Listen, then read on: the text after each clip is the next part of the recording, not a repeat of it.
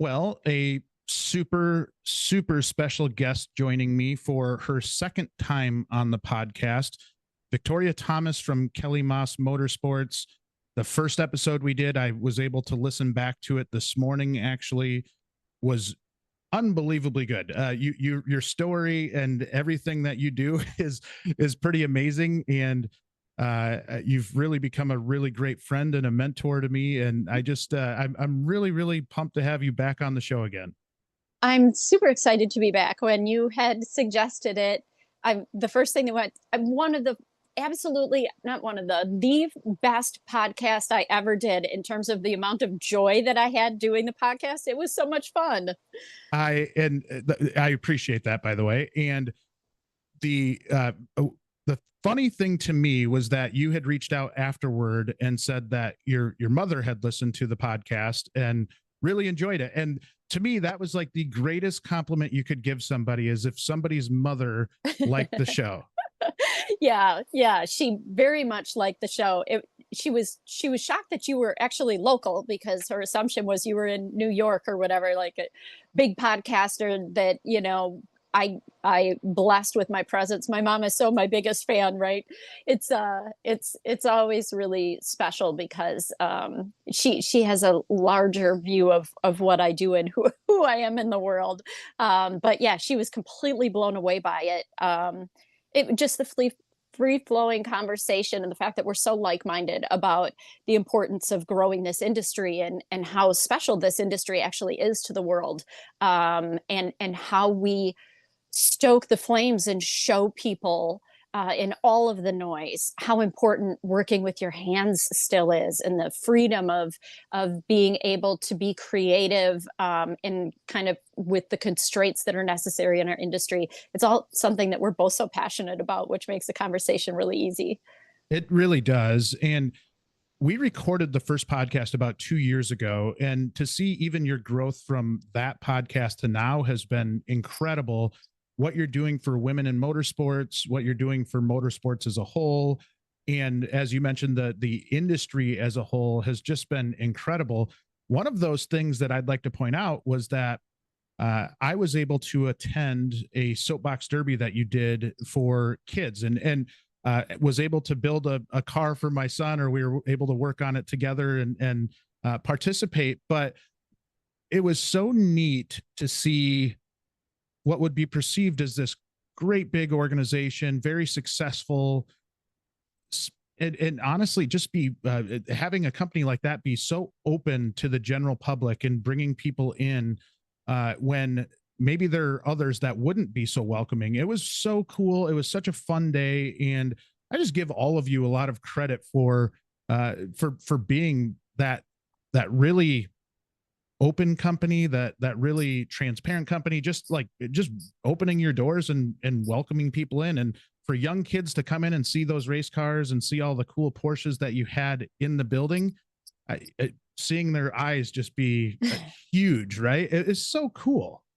Yeah, I think probably one of the most, if you were to take one snapshot of my motorsports life, and to epitomize my feeling about it, it would be us running that Porsche on the dyno, right? And row after row of little kids with their eyes peeking in the dyno, when you can feel the visceral energy coming off of the race car as they run through the gears. Like, that picture is so like, yes, this is what it's all about. It was super fun. Yeah.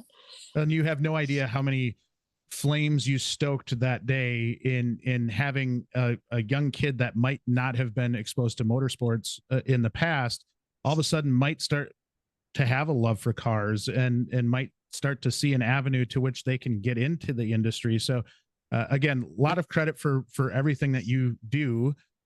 And the one thing I should probably touch on before we dive into some of the content itself is what you're doing for women in motorsports. I think what's been so cool is that you've been able to shine a light on a lot of talent with women in motorsports as a whole, and maybe just a different viewpoint on it.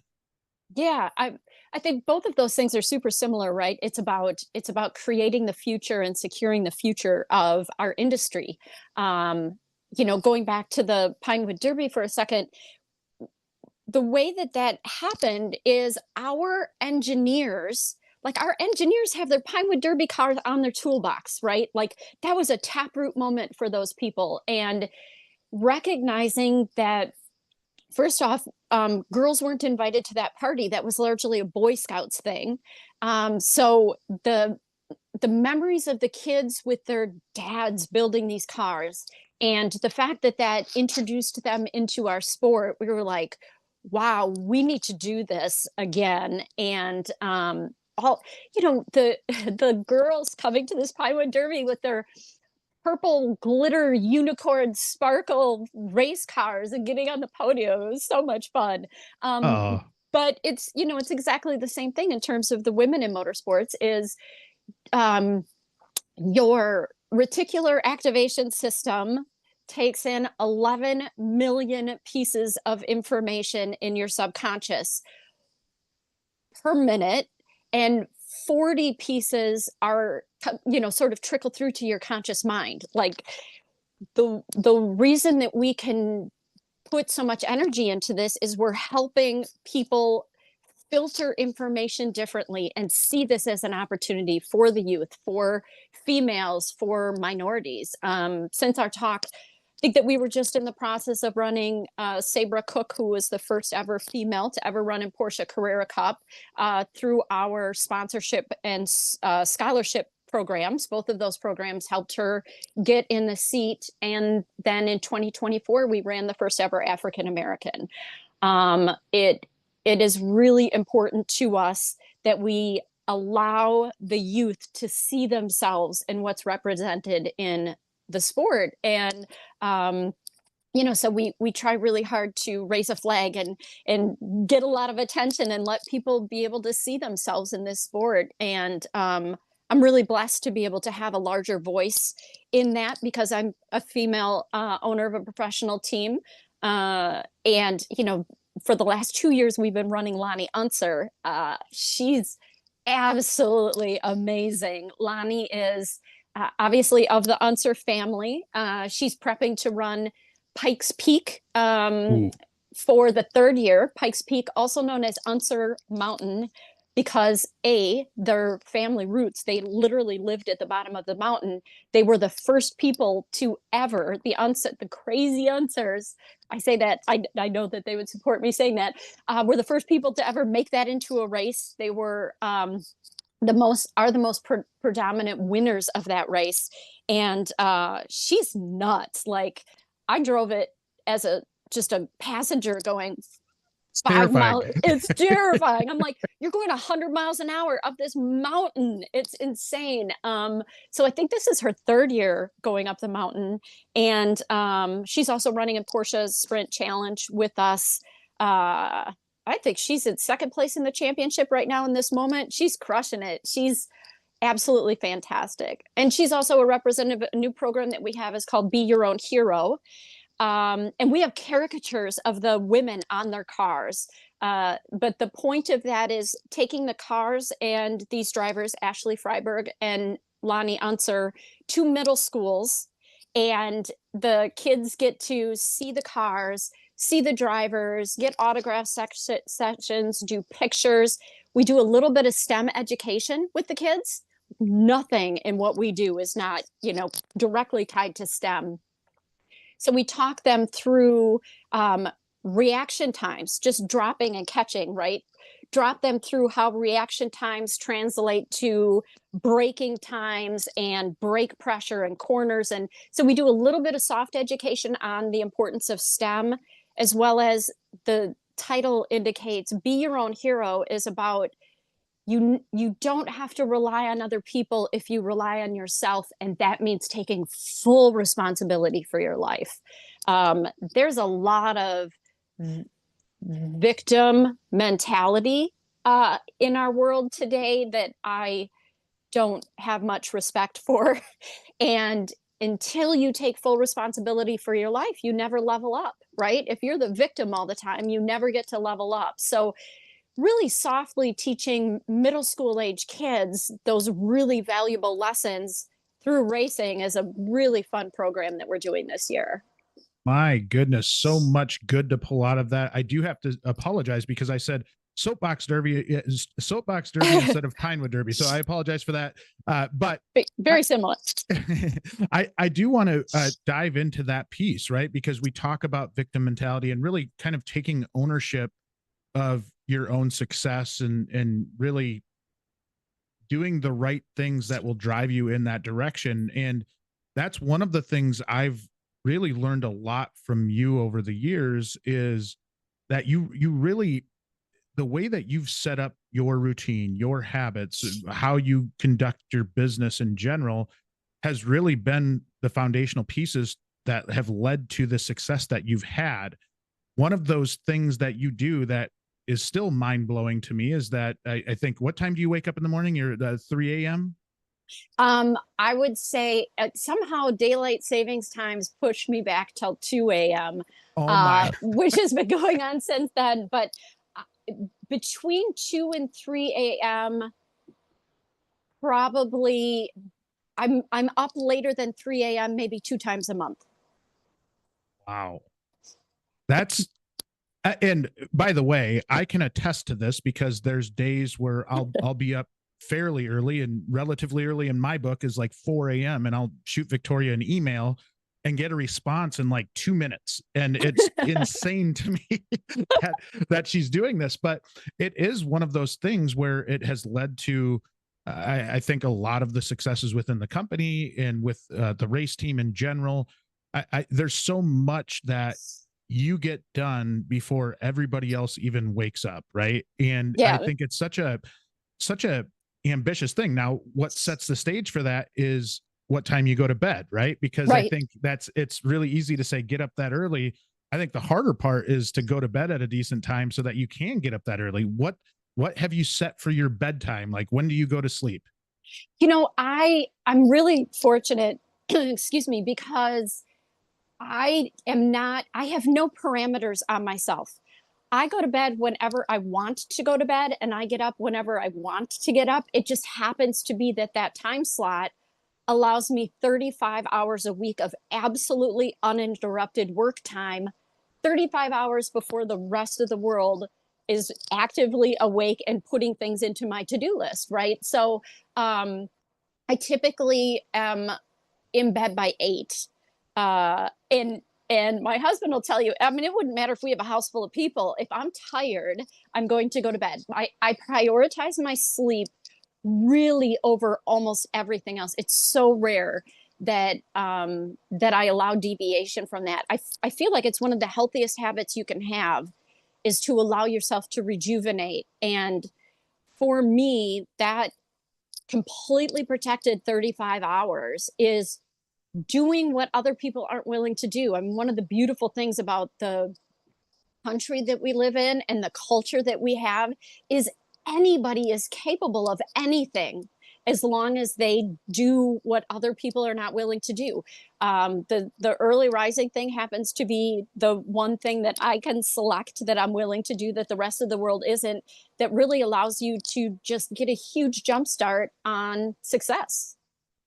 So let's walk through your mornings, right? So you're getting up at potentially 2 a.m. And Mm-hmm. as we record, you're in Sonoma, California. One of the Yeah. that's crazy to me that it crosses time zones too, Yeah. right? Yeah. Because I that is something I really struggle with is if I'm traveling, being able to maintain a routine. And we had an author on, one of my favorite authors ever, John Spence. He's been on the podcast, I think, 3 times now. And I asked him about routine, and he's traveling probably similar schedule to you, like where he's all over the world, he's traveling. And he said, Jay, the interesting part about my routine is I'm actually probably more intentional about it when I'm on the road than when I'm at home. He's like, he's got his routine. He goes to a coffee shop immediately in the morning. He reads for an hour. He's got everything set up.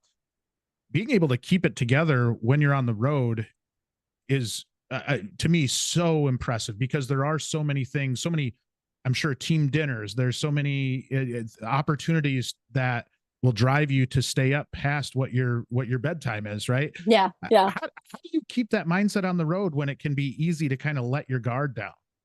Yeah, it is trickier because we joke about so I belong to Vistage. I'm not sure if we've talked about that, but a group of CEOs that are in similar phased businesses in terms of the number of employees and their revenue and such. And once a year we do a retreat, and they'll be like, I, these people, they'll be like, okay, well, we're going to do dinner at 8 o'clock. I'm like, in the middle of the night, you're going to want me to go out to dinner. That's insane. I'm like, when I organize this, I'm going to make you all do breakfast at 3:30. So every once in a while, I will sacrifice when there's huge ROI for it. Many times I just decline.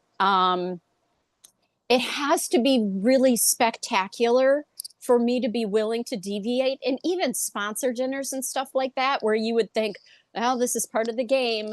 I generally decline and offer up different solutions because it's just sacred to me. That ability to go to bed when I'm tired and get up when I want to get up and tackle my day is very sacred to me. I protect it a lot. I could do a better job at that. I will say when especially I feel like I get into a really good routine if I'm home for maybe a few weeks, and then if I hit the road, that kind of falls apart, and then it's like one this vicious cycle I've got going over and over and over again. But I will say, as I get older, it's getting easier. Yeah. You know, I think 10 years ago we always have trade shows in Vegas, right? And going out to Vegas, it can be a challenge because they are so many people want to do dinners at 9, 10 o'clock at night. I had a meeting a couple of years ago at like 11:30 at night, which is crazy. But it is one of those things now where I think I'm rarely out in Vegas past 9 p.m. Right? Like Mm-hmm. I'm back in the hotel room and just like you feel so much better the next morning. Like just everything works better when you kind of stick to that routine. So I am making progress. Definitely not perfect, but I'm getting there. Want to build a pipeline of young technician talent in your shop? Check out School Assist. Powered by WrenchWay and ASE, School Assist makes it easy for shops and dealerships who are looking for young technician talent to build relationships with instructors and their students. Schools post specific requests for things like equipment, tools, advisory committee members, shop visits, and more. Shops can view these requests and directly connect with program instructors all in one place. Over 2,800 schools and 2,000 shops are already using School Assist to build valuable connections. See if it's right for your shop. Learn more at wrenchway.com/school-assist. Link is in the show notes. So when you get up in the morning, what does that look like? Are you starting off by reading a book? Are you starting off by attacking your emails or your task list? Like, give me an idea of what that looks like when you're getting up. Sure. One thing is I don't have, for some reason, I have zero transition period. I don't, apparently there's people that like are in bed and they think about if they should get up or don't. Like the second I'm awake, I'm in motion, I'm get up and brush my teeth the very first thing and make myself some coffee. So that the moment of my coffee's too hot, but I'm holding my coffee, like this is my absolute bliss, right? I'm just I sit with my coffee every single morning. During the week, I listen to Darren Daily, which I shared with you as well. Yes. I can press play and hold my coffee and get messaging that is about being a better version of yourself every day. Ways to, reminders about everything that you put in your body affects how successful you're going to be, how important it is to move your body and get exercise so that you can be the best version of yourself, how important it is to care and love on your staff, and how meaningful that is to them. That type of messaging every morning is, with a cup of coffee that's too hot to drink. That's how I start my day during the week. And then I always have my to-do list. I can't imagine, and my mom gets up every morning and reads. I'm too like, let's get after it. Like I cannot sit still in the morning. I'm ready to tackle the world. So I can't imagine doing anything particularly. Like 5 minutes is about as sedentary as I can be. And then I need to start knocking things off. So I always have my to-do list with my top priorities. I have a very clear understanding of what meetings I have.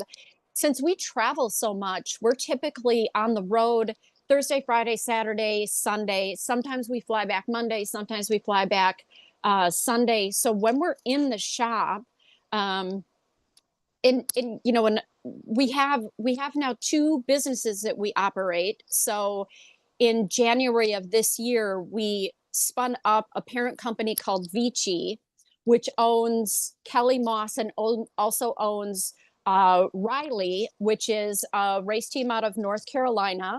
They also do manufacturing. And just a brief history about Riley. Riley has, besides Porsche in the IMSA paddock, Riley is second only to Porsche as a chassis manufacturer for success. Wow. Behind only, so the Riley chassis have had incredible success. And on top of that, they're also a race team. If anybody saw the Ford versus Ferrari movie, that design of that particular car was done by Bob Riley, who was the founder of this company. So we now are sister companies. So each Kellymoss is everything Porsche. Riley is everything that is not Porsche. So we're the factory team for Lamborghini this year. We are running McLarens, AMG. So we do the other stuff under the Riley brand. And of particular note, 2 weeks ago, we're one of two companies in the United States that can small batch cars. So there's only two companies in the US that can make small batch cars. That tariff shift is enormous because, Porsche will release 15 race cars into the United States. If Porsche wants to release those 15 race cars without a 25% tariff, now there's only two companies that they can go to in order to manufacture those. Between the two, we have 120 employees, 200 with our independent contractors.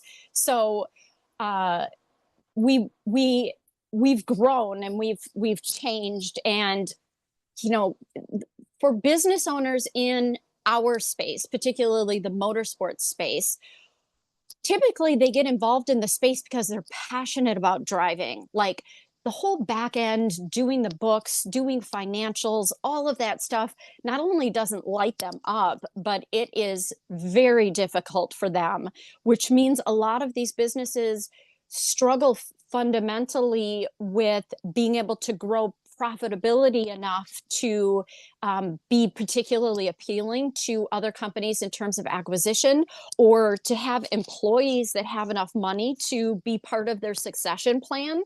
So within the paddocks that we operate in, there are multiple incredible companies that don't really have a succession plan. Right? You can't, ESOP is something that we're super interested in. The ability to allow our employees to become owners with nothing out of pocket, allow our employees to become owners of our company is fantastic. But you have to have a profitable company for that to be an option. So what we did is put these two companies under the same umbrella so that we can share the resources that make sense, like marketing, like, insurance, like employee benefits, HR, and bring the business management component to companies to make them more successful. And Vici is set up to be able to do that, not just for Kellymoss and Riley, but other entities that are looking for a succession plan. Because it's like franchising, right? Like, here's the playbook of how you run a profitable business. Let us help you be more successful. That is brilliant. Well, like we'll see. It might be really dumb. no, I think you're absolutely right though. Like you're allowing people to play in their strength zones, which I think is always a real positive for everybody. And you've got the business side down, you've got the marketing side down, like you know that side really, really well. And it's something that you're very passionate about. So Mhm. being able to mix that, I think is similar. There's a book called Rocket Fuel that talks about kind of co-founders and how they can complement one another. That's almost the same concept in that you're really getting different pieces to the puzzle and putting it together for something that will be more successful as a result. Yeah. Yeah, absolutely. And there's nothing about Riley that we want to change. They're so good at what they do, and they have an insane reputation. They're the most successful race team in the IMSA paddock. Like, they have an insane reputation. We don't want to touch that. Let's have them focus on their specialty and take the burden of the parts of the business that they don't enjoy off of them, and apply some of what we've automated, and setting up an ERP so that there's just a lot of systemization that makes the pushing the boulder up a hill manually easier for them, and makes us both better companies. I don't even think it's just small scale companies. I was just watching Tony Stewart has this show called Racers Roundtable, and he had Chip Ganassi on, and they were talking about why Chip Ganassi exited NASCAR. And one of his major factors was he was sick of chasing money. He was sick of doing all the sponsor obligations, where maybe in IndyCar he didn't have quite those same obligations. So I don't think it's just a small scale thing. I think there are a Yeah. lot of really, really big players that have the same kind of mentality that you do here. Yeah, yeah, absolutely. And I think it's really fun to be able to um, come together and ideate together about some of this. Racing is so expensive. It's crazy expensive. And ultimately, the first question is always, how do I get enough funding to go racing, right? Or how do I get enough funding as a female to go racing? And as you know, it's about asking the right questions, right? Finding the right funding is a band-aid solution for the bigger problem, which is, how do we make this sport what it used to be? How do we make this sport what it is in Europe?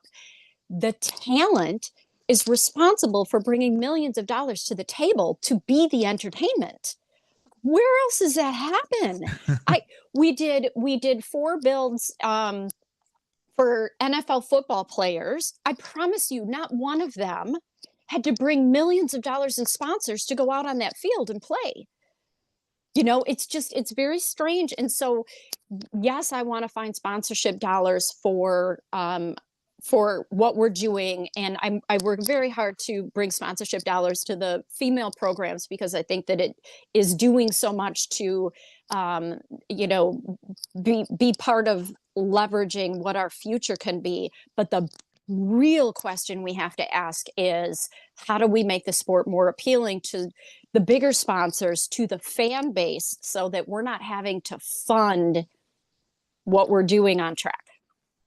It's a That's a huge question too, right? I don't know that there's like an automatic answer to it in a way that you flip the switch and change the model altogether. But Yeah. the fact that you're thinking about it and you're pushing and you're I think even it's not even just a Kellymoss thing, right? You're pushing for all of motorsports to get Oh, in a better yeah. position there. Yeah. Yeah. I mean, I think that our responsibility is to be good stewards of the sport as a whole.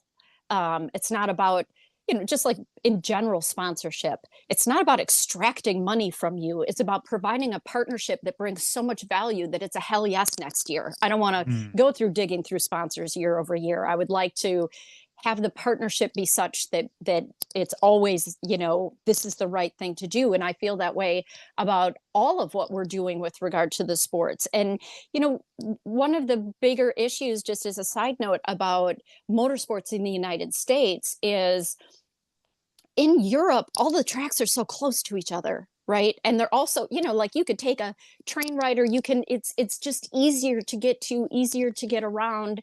Here you got to land in Sebring and drive for an hour and a half to get to a track that's in the middle of nowhere with nothing happening, right? So it's just very different here. But part of what we're doing with the club membership, you can be a member of the club, and this weekend you can select the driver that you want to sit with your engineering dashboard in the club, and you can watch the race commentator and click on Lonnie Unser and watch her in car, and then listen to all of the engineers and the drivers talking to each other live, real time, on track while you watch. That is solving for the problem, which is it's too hard to get to tracks in the United States. Well, we can bring you into the action right from home. So, a side note to my side note, I did a great interview with Johnny and Lonnie Unser, and talked to them about Lonnie's dad, Johnny, lost his father to the sport. He died in an Indy car accident. Lonnie is an only child. I said, how does your mom feel about her racing? Like, she loves it. So we gave a membership to Lonnie's grandma so she could sit and watch her granddaughter real-time racing, goodness. Right? Like that, but that's solving for bigger problems. And I think that a lot of the success comes from thinking differently. Like, you have to think differently about things. So how does that, you've talked about so much that is outside of putting fires out, right? And I think that's a trap that a lot of leaders fall into, is that if you're starting your day at the same time as everybody else, you can't help but just chase your tail throughout the course of the day, because it is email after email, phone call after phone call, and it is just constantly trying to put out fires. And in that scenario, I don't think you have the time to do that strategic thinking or sitting back. And when you have all of the noise, it's so hard to get outside of that. Whereas where you're starting your day with your hot cup of coffee, and then kind of, I have to imagine that allows you time to be able to just think about this stuff. Yeah. And you're just total epiphany. You can never, ever, ever outwork a to-do list. You can't. It's not possible. There's always more you could do. Like, literally, it's impossible. So recognizing it's not possible to get it all done. That's a fantasy. I'm going to focus on the most important things. What can I do that will move the needle most? It has so much more to do with what you say no to than what you say yes to. Ooh. So much more, because you can't outrun it. It's not possible. I am so guilty of what you just said there. I am definitely a yes man. I am definitely I'm on a board for a hospital now, and it probably was one of those things where I shouldn't have taken it. And I always felt like I had to do something that was giving back at some level. And like, my dad was the chief of our volunteer fire department. My mom has done all kinds of different volunteer things. That, like, after Hurricane Katrina, she spent 2 months in New Orleans for Red Cross. Like, there's all of these things that I'm like, okay, I got to do something. And if I'm a firefighter, there's going to be a lot of people's houses that burn down because I'll be a terrible firefighter. So I can do something else that brings value. But yeah, it is one of those things that is so hard for me to do. And I think I'm still refining that a little bit. My business partner, Mark, is great at that. He will, if it's outside of his zone of what he, like what he's comfortable with or what he has time for, he'll say no.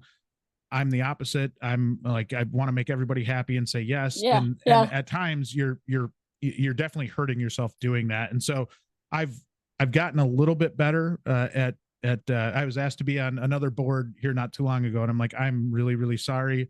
I would love to, but I just don't have the time, physically don't have the time. And that kills me inside. Right. Yeah, it's one of those things where I'm just like, oh, I'm letting people down. I don't like doing that. Yeah. Well, I think, for sure, overcommitting is letting people down in a different way, right? And maybe it's your family instead of these Ooh, people that are on the board, right? yeah. So one of the things that we did, I mean, I think that part of the answer is forever solving problems. Our leadership meeting that we do once a week spends 90 minutes dedicated to what are our current issues. Like, if something's going wrong and we need to talk about it, it lands on the issues list. You prioritize it from 1 through 5.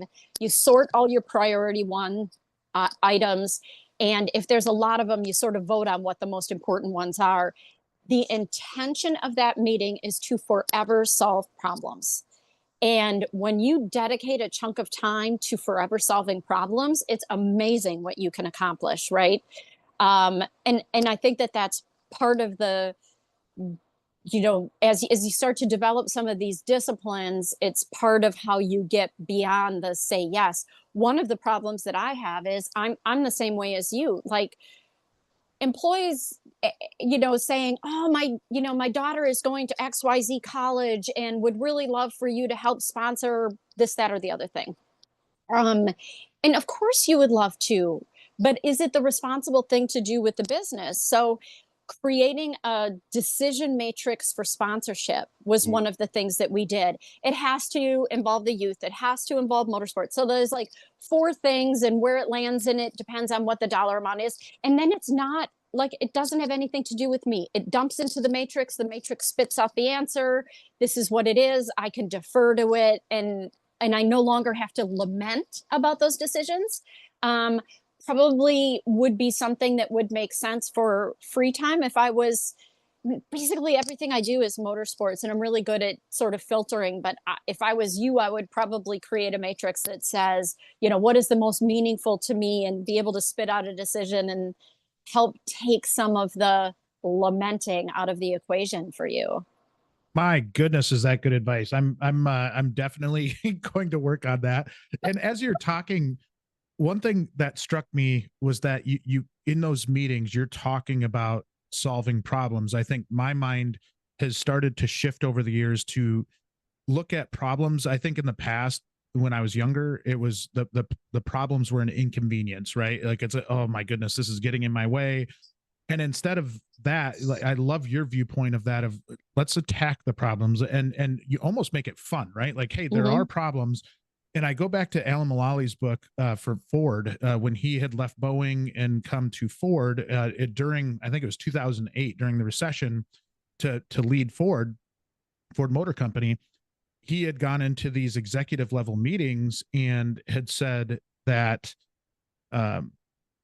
he wanted basically a status report by department. Everybody was reporting back that everything was great. And, it was all, I think he had a green, yellow, red system, and everything was green. And he said, wait a minute, we're in a recession, and we're like this, and there's no way everything is great. And so the first time that one of his employees, one of his executives, had come to the table and said, here's a bunch of reds, he applauded them. And I don't want to say that verbatim. I'm probably destroying the story, but what was great about that story was that he celebrated when somebody came with the problems, and then it provides this level of comfort and transparency that, hey, I can bring a problem to the table, and we're going to work as a team to figure it out, rather than, I think a lot of companies go through that same thing that Al Mulally did, where people will hide problems because they don't want to get in trouble. They don't want to seem stupid. They don't want to see, like, there's so much power in that transparency of being able to bring those problems to the table and actually try to work to fix them. Yeah, yeah. And I think that that's, there's a trust basis that has to be there, right? It's not about blame, it's about being better. And the fundamental lesson that is inherent in our industry, debrief, debrief, debrief, debrief. You're never complete with the task until you debrief. And when that is part of a more normal system, you can experience the debrief as where the betterment happens. Just like we talked about last time with I'm vehement about celebrating failure. Like failure is fantastic. Failure should be celebrated. When you feel that feeling, you should say, here I go, I'm going to learn and grow. Getting in an environment where people aren't scared of those moments where growth happens, and recognizing that it's time in those moments to learn and lean in and become a better person. It's not bad in any way to become a better person. And just weirdly, our society has got us all backwired about that stuff. I don't know. You're supposed to come out of the womb in perfection, and anything else feels like an attack on your ego, you know? Yeah. Yeah. I couldn't agree more. This week's episode of Beyond the Wrench is brought to us by Jasper Engines and Transmissions. Okay, your customer's engine or transmission has failed, but now is not the time for them to trade their vehicle. Not without a working engine or transmission. Besides, would they have kept their vehicle another 3 to 5 years if their engine or transmission had not let them down? If you answered yes, then Jasper Engines and Transmissions is your choice to give your customer's vehicle new life and many thousands of miles of enjoyable driving performance. When considering the high cost of a new or newer used vehicle, there's a pretty good case to be made for replacing a drivetrain component that has failed or is delivering poor performance. Rather than trading their car, truck, van, or SUV, install a quality remanufactured Jasper product for less than your customer would have to invest in a new vehicle or a newer used vehicle. Check out their website at jasperengines.com to learn more about the money-saving value of Jasper. Now, I want to talk about your to-do list, and so much of what you're doing in your routine is tied to that to-do list. I want to start with, are you old school paper and pen, or are you using technology? Like, how are you laying out your to-do list? It's so sad. I'm super old school paper and pen. Same. And I have to have it. I couldn't imagine having a conversation. I mean, I'm sitting here right now with our conversation with a pencil and paper, just in case, like I am not comfortable feeling like I'm set up for success if I don't have a pad and paper. But I translate it in sort of summary into a Google document so that I have it with me everywhere. Because I've certainly gotten burned by, having a Bible that I carry around in a pad and paper and then not having access to the information. So, but it's sort of part of my prioritization process is I use Google, but I have a spreadsheet that has priority 1, priority 2, items that I'm waiting for responses from other people on, personal stuff that I need to remember to dip into, and then my schedule for the week, what meetings I have, and then I dump everything that I want to get done into a timeline in the week. So that's sort of how I manage my week. Sunday night, I lay out my whole next week and make sure that I have it prioritized like I want. But then that to do for Monday goes on a sheet of paper, because even though I know I have it in my computer, I have to be writing stuff down. I have to be crossing stuff off. So that's sort of how I manage my to-do list. But my to-do list changed so much. There's this, as you go to different levels in business, you get to a certain degree of level of success by having the right answers. And it's a very difficult transition to go from having the right answers to shut up and help other people come to the right answers. And, that's sort of a big transition. And then for me, transitioning out of the finance, I enjoy you can't hide from numbers. There's so many answers in your numbers. I love the spreadsheet and the scorecard and all of that type of stuff. But ultimately, I can pick up the phone and talk to someone at Porsche and request that they make a change to regulations, or have conversation about why something should be different. And anybody else could sit and run through the numbers. So it made no sense for me to stay deeply involved in the finance. So just there's all these complete reinventions that happen along the way. What I'm doing now has nothing to do with what got me here when I started, right? Now I'm more of like a brand ambassador, and so it's fun and it's rewarding, but it's a different hat and a different skill set, and you just need to reinvent yourself. How hard was it for you to adapt that way as somebody that was very strong with numbers, very passionate about numbers, to hand that off, to step away and feel comfortable with it? I can't imagine that's like an easy, like, okay, I'm switching to the next thing, right? Like I have a feeling there had to have been a little bit of a learning curve, a little bit of a getting comfortable with change, which is not a natural thing. Like, Yeah. walk me through that process. How did that work?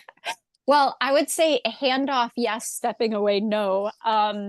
One of the things I'm always doing in my early morning hours is digging into the numbers. There's just, there's like, I can't imagine not being completely and utterly fascinated by, we were talking earlier about when you make moves and you're not positive that that move is taking the company in the appropriate trajectory. Like, did I just take us from we're crushing it on target to, oh, we're starting to deviate, we're losing what we had that was so special. And we made the decision to close our street shop, for example. It was open to the public. It didn't have to be Porsche. It was a really difficult decision, because it was our connection point to the community in a lot of ways. But the financial statements unlock the answers to those questions. Was that the right move? Absolutely. It was the right move, right? And so for me, I'm always going to be digging into the numbers because it just has so much information that's important for me to be able to do my job in terms of steering the company in the direction that we go. But it's not easy. And I had one of my big struggles is just like, I'll just do it. Like, it's so much easier for me to just do it. I'll just keep, I mean, this year, in all fairness, I did the R&D reporting, because it's just like the thought of explaining to somebody how to report research and development, it's such a big task. I'll just do it this year. Next year I'll train somebody. So I do stay involved in some of it. It's good on both sides to fumble through those transitions. Part of it is unfair to say this for our track success because it's an absolute exception to the rule. But as a leader, getting comfortable with 80% being a success. If they did it 80% of the way that you would have done it, and it required none of your time, that has to be a success, right? For sure, there's been things that we paid that we shouldn't have, and subscriptions for services that should have been canceled, and a lot of the little stuff that when I take my eye off the ball, we're losing money on fiscally. Client relationships are a non-starter. Like, that has to be absolutely rock solid. Employee relationships, has to be rock solid. But some of that little stuff, you just have to suck it up and let it go, right? Like, Yeah. it's hard. And I'm a farm girl, right? I came from wearing my brother's hand-me-downs, and like my parents they heat their house with a wood stove, and they have a stove in their kitchen that if it's really horrible out, they'll turn on the stove in the kitchen and let the heat. Like, I came from not a lot of it's hard for me to not penny pinch, Yeah. why are we buying colored Post-its? Yellow Post-its are half the price. If it makes them happy, you got to just walk away. It's I, bad. It's bad. it, I have a penny pinching tendency for sure. well, I think a lot of really, really successful people are, and I think it's a really, really good thing to have, in your, I guess, in your brain, to think that way, because it does make you a more efficient operation. It does make you a better operation. Now, I do have a question as it relates to, like, when you talk about shutting down the street shop, and that the financials kind of told you what to do there. What are you looking at? Are you looking at, is it industry KPIs? Is it just your own ability to read through a P&L and see, what comes of that? I know this is a very loaded question. I don't expect an exact answer, but when you're looking through it, what are you looking for that are really those things, those indicators that, hey, we're moving in the right direction or we're not? Yeah. So for me, it's a combination of the fundamental fiscal story. Each of our departments, I mean, every single race event has its own income statement, right? Like we keep track Wow. very deeply. And so I know the profitability of each of the departments. It's really easy to understand that whether it be in the automotive community, when you have all of these transactions that make up the sales versus in a racing contract, I send out a billing once a month. They understood what was supposed to happen. There's very little back and forth with the client versus many cars coming in every day. So the staffing requirement, the insurance requirement, and all of that. But for us, the bigger was the amount of time that we were spending talking about the problems or hiccups or Kellymoss is a legacy over currency company. Period. End of story. If there is a customer that's upset about something, 100% of the time, I will do right by the customer, regardless of the cost to me, because reputation is everything. So there was, we did all of this work, but they, had an engine leak afterwards. Nothing that we did was on the engine. They're just all of these conversations that we were parsing all of this information, way too much time in our leadership team. And racing is exploding, right? We have no room for all of our race cars. We're turning away all of this race work that's more profitable. The value of the hoist and all of that stuff. It was an easy decision on paper. It was a difficult decision because it affected people and their lives and the community and the perception of us. So it took us, probably 9 months longer than it should have. And that was hard. But we got there, and I'm glad that we're there. And you rethink the problem. What can we do for the community differently? Have Well, pinewood derbies and exactly. And I think that's the hard part, right? Like numbers are one thing, people are a different thing. And that's the hardest part, I think, about business in general is, decisions that you make and the impact that it has on people. And again, going back to routine, the ability to think through something clearly so that it's not that you're making a shoot from the hip type of decision. You're making a well-educated decision. You're probably thinking through, and honestly, that might be an area where in my scenario or my case where you can become paralyzed too, because you are thinking about the people side. And I'm definitely more emotional about that than my business partner is, right? Where Mhm. he was a CPA, and it is like his brain functions differently, which is Yeah. a good thing because we've been able to kind of bring that I think the strengths of both of us together. But when you introduce the people side of it, I think that gets really challenging. But then as you think through it and you get clarity, I think it's so powerful. And if I want to bring it back to the routine piece because I do think it's so important. If all you're doing is putting out fires every single day and you're only operating at the same times that everybody else is operating, how do you even take a step back to look at this stuff, right? Yeah. And so, Absolutely. just having the ability to really dive in and do it in a way where you're not being bothered by a million different things. Super. Yeah. And it's so much harder in our culture. I mean, you look at people watch TV with their phones in their hand. Like there's so much input of like there's not room to ideate. Like there's just not room. I I Give remember your brain a break. yeah, Yeah. to give your brain a break. I remember that I was reading about uh oh my gosh, I'm forgetting her name, the founder of Spanx. Oh, Sarah Blakely. Sarah Blakely. Yes, thank Yeah. you. Sarah Blakely lived like 4 minutes from headquarters. And she did a 35-minute drive every single morning to work, a particular route that she take, no music, just time. You know, everybody gets their best ideas in the shower. Why? Because there's not 700 things coming at you, right? Just please allow yourself the time and the space to let your subconscious, it's processing the 11 million things that your conscious isn't, the room to solve your problems for you.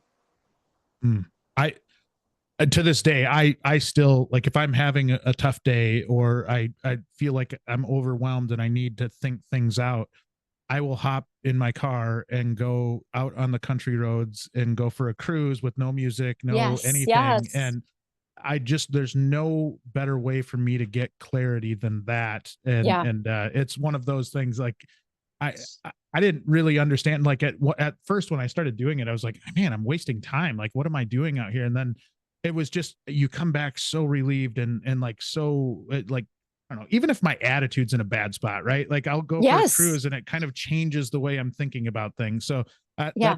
that's another great bit of advice. Yeah. Well, and one of the things that we talked about last time, I recall, is just mindset shift. Kellymoss had been in a position where we had this, we, you know, half of our real estate was taken up by a company that closed, the doors were closed and we didn't have access to it. We had this huge problem, and it was like, we tried to find a different location and we were running through all of these scenarios. And then when push came to shove, we realized we had to grow the bit. There was no way, no other solution. We had to grow the business to be able to afford the space that we were in. And that mindset shift was like that. And 6 months later, we had grown, and there's so much of needing to surround yourself with people that think bigger. Hmm. I'll tell you a funny story. In 2023, Kellymoss had a phenomenal year. We had 100 podiums. We had achieved four national, or I'm sorry, not national, international. We had achieved four championships, you know, Porsche Carrera Cup, North America, and such. And I was sitting at the banquet, and unfortunately, the end of the year ceremonies happen at the end of the year. You're like so depleted. You've been on the road for 9 months. You're just want to be home. exhausted. Yes, you just want to be home. It's, you know, it's at like 9 o'clock at night, and I'm sitting there, and there were people across from me that had been drinking and were, and I'm not a drinker. Yeah. It just makes me fall asleep. I don't have anything really against drinking. It's just not, I just don't do it. But they had too much to drink and were being obnoxious. And we were at a banquet receiving all of these accolades. And I kept saying to myself, appreciate this moment, be in this moment. You are never going to be in a situation where you're going to earn 100 podiums and 4 championships. Please be in this moment. And 1 year later, 2024, we had 161 podiums and 11 championships. 11 championships last year. And I still say to myself, be in the moment. You're never going to be in this situation again. But what happened is we just dreamt bigger, like the big fundamental change. How did we shift how we do business? We allowed what seemed impossible to be a possibility. And that's such a huge part of success. And that comes from, you know, like Vistage, that group of people think bigger and do more and aren't constrained by the filtering that happens when you don't step outside of your world. And the people you surround yourself allow you to be different just by the way you think. That is incredible advice to end our podcast today. It's just always a joy to talk with you. And I think I've said this to you in the past, like, every time I talk to you, every time we have a conversation or we meet for lunch, it's just, I walk away so refreshed and so motivated. And you have a special talent for working with people, and it's incredible. I'm so lucky to consider you a friend, and can't wait till someday when there's a movie about your life. I truly, I think there's going to be a movie at some point. Just even like talking through all the trials and tribulations, talking about your upbringing, and talking about your year over year growth over like the 2 past years is insane. And it's so cool. And you deserve everything that you're getting. You're a special person. You do a lot of great things, and we're so lucky to have you back on. Well, thank you so much. And let's figure out a way that we can partner and bring like that race car to some of the stuff that you're doing and all of that. Like our lives are so close, and it's just a joy to be able to be on your show and to spend time with people that are like-minded. It's exactly what we were talking about. It's who you spend your time with. So it's an absolute honor to be on the show and to be a friend. Hopefully it won't be 2 years before we do the next one. We'll try to get you on sooner next time. But thank you so much. Good luck in Sonoma. And we look forward to following your path as always. Thank you. That wraps up another episode of Beyond the Wrench. If you liked this episode, please show your support by rating and following the podcast. You can also watch the video interviews on WrenchWay's YouTube channel. Speaking of WrenchWay, did you know Beyond the Wrench is managed and produced by the WrenchWay team? WrenchWay is an online community dedicated to promoting and improving automotive and diesel careers. We help technicians find the best shops to work at, and we also help auto, diesel, and CTE instructors get more support from local industry. You can learn more by visiting wrenchway.com.